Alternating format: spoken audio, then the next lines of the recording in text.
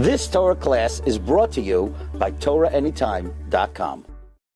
Okay, Bruchim Abam. Welcome everybody. We missed you last week, but it's good to see everybody this Friday as we prepare for Parshas Vayechi, Shabbos Chazak, Haba Aleinu L'Toiva. May Hashem strengthen all of us, B'Torah, B'Yira, Uv'chol Midah Nechayna, and give us bracha v'hatzlacha. Okay, so Parshas Vayechi, Rashi tells us, is a Parshas Sesuma, because when Yaakov Avinu passed away, Nistemu Einayim V'Liban Shel Yisrael, the eyes and the hearts of the Jewish people were sealed shut. And I would like to humbly explain. Rashi tells us in Parak Memches Pasuk Aleph that Vayomer li Yosef, Hine Avicha Choyle. He said to Yosef, "Behold, your father is ill." So Rashi says, who told Yosef? One of the Maggidim. Somebody told him, and it's an abridged pasuk. It's a Mikra Katzer. Then in the next pasuk, Vayagid li Yaakov, Rashi says, the Maggid told Yaakov, and it doesn't say who. And again, Rashi says there are many psukim that are Mekatzer, are Kitzrei Lashon. Why all of a sudden now do we have back to back these psukim that are Mekatzer in the Lashon? Perhaps we could explain as follows. Rashi tells us that when Yaakov Avinu passed away, the eyes and the hearts of the Jewish people were sealed shut. Well, by the same token, when Yaakov Avinu began to become ill, then the eyes and the hearts of the Jewish people must have begun to close ever so slightly. In other words, if the death of Yaakov Avinu marked the closing of the eyes and the hearts of the Jewish people, then the illness of Yaakov began that process. Now, if our eyes and our hearts are sealed, begin to become sealed shut, then our ability to process and absorb Torah is now mitigated. Therefore, all of a sudden, as soon as Yaakov Avinu becomes ill, what do we have? Mikra Katzer. We have shortened psukim. Why? Because our lave and our eyes are not as open wide. So now our ability to process Torah is smaller. So now's the first time we have back to back Mikra Katzer.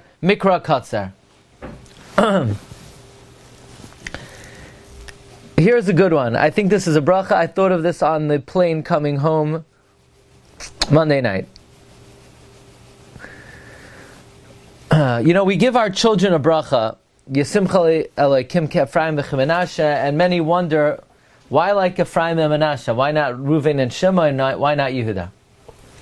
Rashi tells us that Yaakov Avinu tells Yosef, God told me, Goyu kahal goyim mimeka. You're going to have another Shevet and another two Shvatim. So the guy was referring to Binyamin. Binyamin wasn't born yet. But then Yaakov says, who are the two Shvatim? So Yaakov says, it must be one of the Shvatim will divide. And that matana I give to you, Yosef. So I was bothered by the following question. Really? It's a bracha, it's a matana when a family divides? Is that a matana? Think about it. Yaakov Avinu says, God told me one of the Shvatim will break in half. I give you that bracha. Does anybody want their family to break in half? That's a bracha? Of course not. It sounds like a klala. And the answer is because we don't have our heads on straight. We look at different chasidus. We say, they broke in half, machlokes. The shul split, machlokes. It's not machlokes, it's bracha. Why is it bracha? Because it's inevitable. Because when a family or a movement becomes too big, and there's only one president, there's only one gabbai, and there's only one bal koirei, and the other guy who could have been president, he feels I should be president. The other guy who could have been the gabbai feels I should be the gabbai. And the other guy, so now it break up, and everyone has a chance to contribute what their ability is. It's a bracha when there are more opportunities. So what does the smart father do? The smart father, B'chayav, he says, you know what?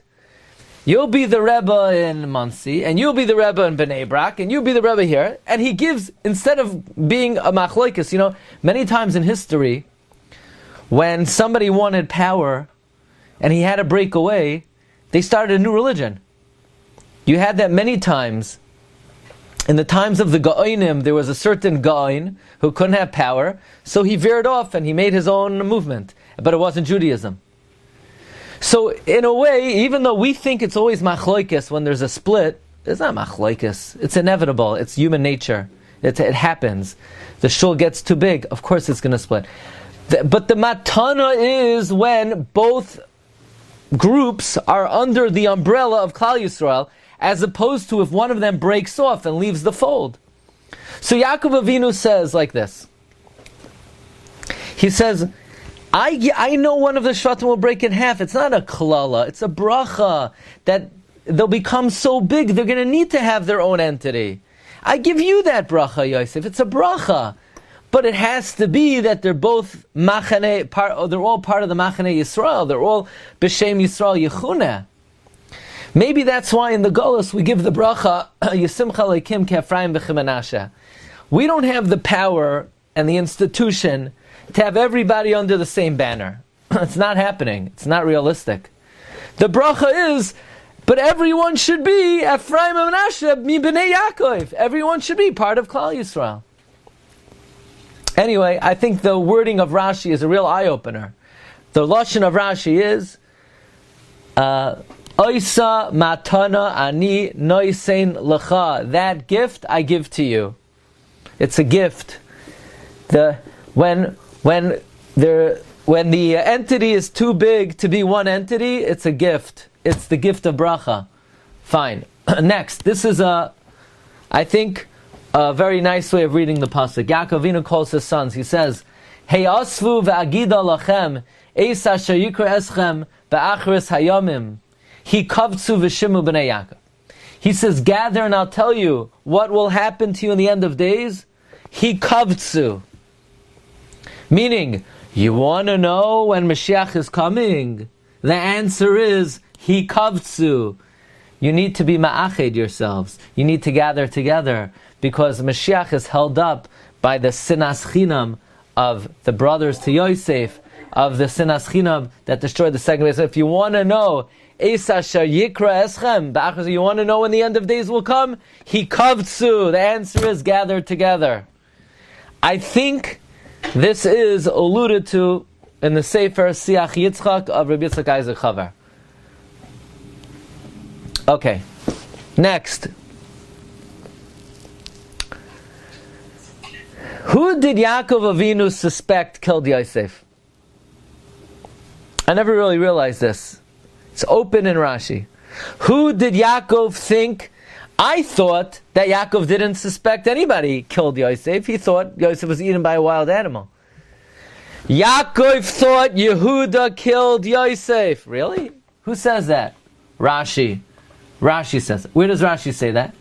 Rashi says when he told Yehuda, Mi teref b'ni alisa, mima shecheshadticha, betarov tarav Yosef, chayra chalasu, silakta es atzmecha ve'amarta ma betza. I suspected you killed him. No, you removed yourself when you said ma betza. What purpose is there in killing him? From here we see a big chiddush. Yaakov thought Yehuda killed Yosef. Why would Yaakov have thought Yehuda killed Yosef? Why?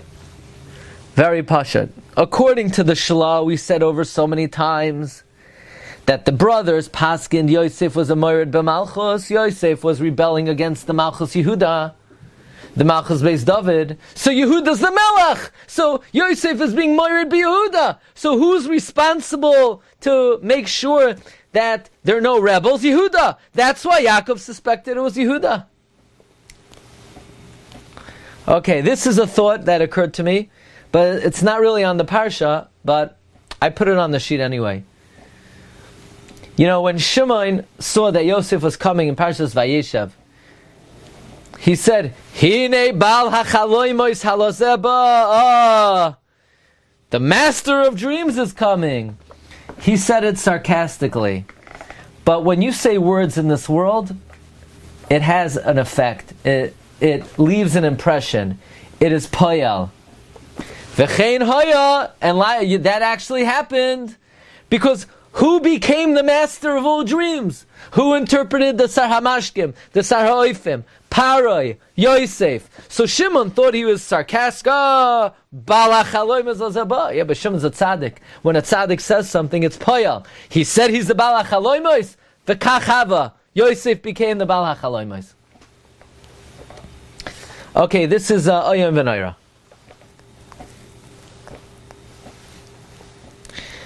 It occurred to me, and I didn't know what to do with it until my friend Rav Moshe Morgenstern had a very beautiful idea, and maybe we could illuminate it even further. We pointed out in Parshas Vayechi it says Vayemoin twice. It says Vayemoin lehisnachem, and it says Vayemoin.